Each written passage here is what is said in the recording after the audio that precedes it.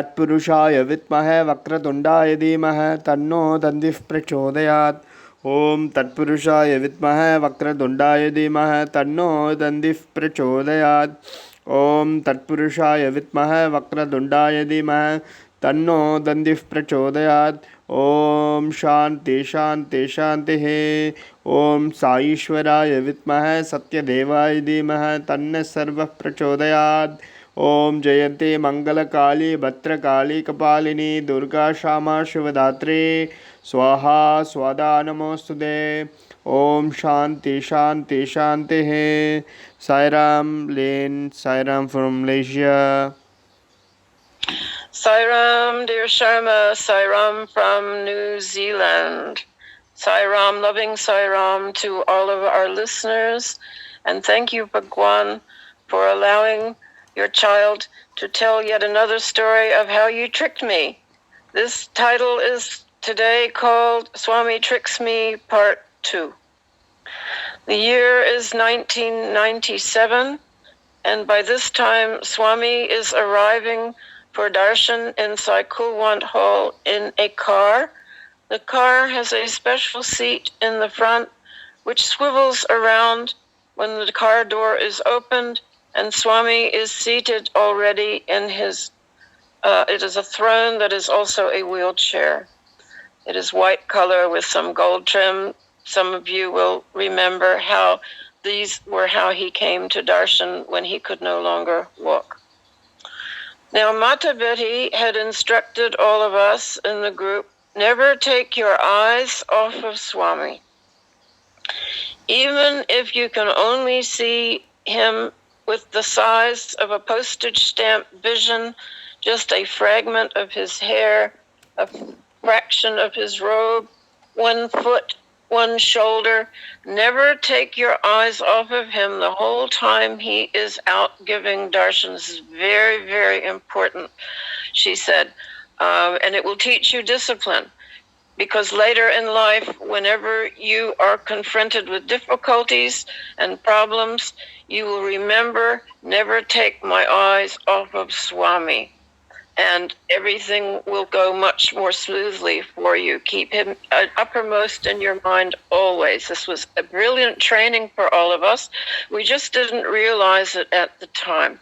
But she'd say to us, even if you can only see a part of him that is the size of a postage stamp, while he is out, do not take your eyes off of him, not for a minute. This was easier said than done, because we are sitting in a large hall that is filled with thousands of people. There are so many distractions. There are monkeys climbing around up on the rafters. There are birds flying in and out, sometimes dropping droppings on the floor. There are women crushed up close against you, wiggling. There are children crying.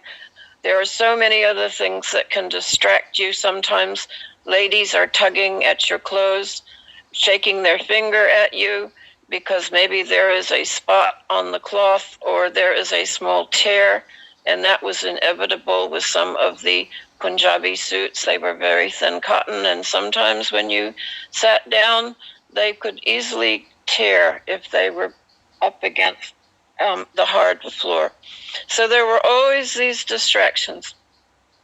But one distraction was bigger than all for me, and that was there was a very important devotee who sat on the veranda, and he had what looked like a very, very expensive antique chair that he sat in. It was carved wood with a beautifully upholstered orange satin back and seat. It was in the manner of a French style of chair. And this devotee was seated in such a way that when Swami's car stopped and the door opened, this devotee was right there on Swami's left. And Swami would always whisper in this devotee's ear, sometimes even put his arm around him. This devotee would show him all manner of papers that he had. He was even allowed to carry his briefcase onto the veranda and have a portable writing table on his lap while he would be writing very vigorously. I will not reveal his name, but those of you who were there at the time may remember who this was. At any rate, this became very distracting for me. In fact, it was distracting for many. Like, what is Swami saying to him? And why does Swami give him so much attention? And why does this fellow get to sit in this beautiful antique chair while everyone else on the veranda has to sit on cushions? Now, Dr. Pavan told me that the seating arrangement on the veranda, Mr. Chakravarti was in charge of the positioning of the seating. Dr. Pavan said, Lynn, the seating on the veranda is like on an aircraft. There is luxury class, first class, there is business and class, and then there is economy. So economy seats are on the outer edge of veranda. Business seats are in the middle, and first class is very close to where Swami will be walking or moving in his chair. So this devotee had a triple first class seat, I can tell you that.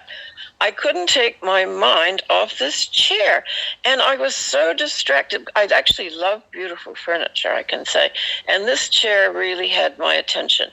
Day after day at darshan, I said, I will not look at that chair, I will not look at that devotee, I will not watch Swami talking to you, I will keep my eyes only on Swami. But inevitably, my mind, which needed a lot of training, even after this was like I can't even remember what number trip this was. It might have been my 10th or 15th trip to Swami. I could still be distracted during darshan. There were many things that could happen there that suddenly took your mind off of looking at Swami. So I think Swami knew this, because I was saying, Swami, this is really bothering me. What can I do about it? And one day, Swami had left the darshan hall early, and all the VIPs had vacated the veranda. In fact, there weren't even that many people there that day, and so I decided to be extremely cheeky and go up and have a look at this chair. I just thought, if I can just look at this chair, and I can maybe figure out what century it was made in and see this material close up. I said, Swami, I will never look at this chair again. And so I nonchalantly strolled up to the veranda. I did not go onto the veranda. Obviously, I couldn't step there, but I got close enough. I was making out like I was to go into the bhajan hall. Nobody stopped me. I got up very close to the chair, and would you believe it? It was a plastic garden chair. It was just plastic. It wasn't a real antique fancy chair at all.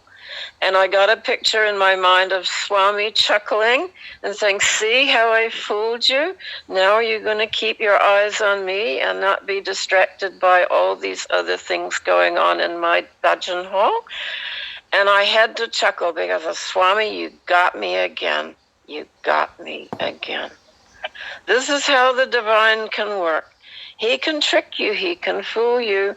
He can you can look at a piece of rope in a dark hole and think, oh, it is a snake. And this is one lesson that Swami always taught. He says, sometimes you see something and you think, oh, it is this, when in fact it is not that at all. That is the Maya of this worldly world, this worldly life. We are often fooled. Our mind, we cannot always rely on what we see with our physical eyes. We have 5 senses, and it is the 5 senses that can either enslave us or they can grant us spiritual freedom. Learn to look with the inner eye. Where is the inner eye? It is in your heart of hearts. Pray to Swami to give you divine vision, to supersede your worldly vision that judges, that imagines, that thinks that things are what they seem. Ask him for his grace. He will help you. in every situation. Om Sri Sai Ram. Om Sri Sai Ram. ॐ तस्मात् कारुण्यभावेन रक्ष रक्ष साईश्वरा हरि ओम तत्सत् श्री साईश्वरार्पणमस्तु। ओम शांति शांति शांति है।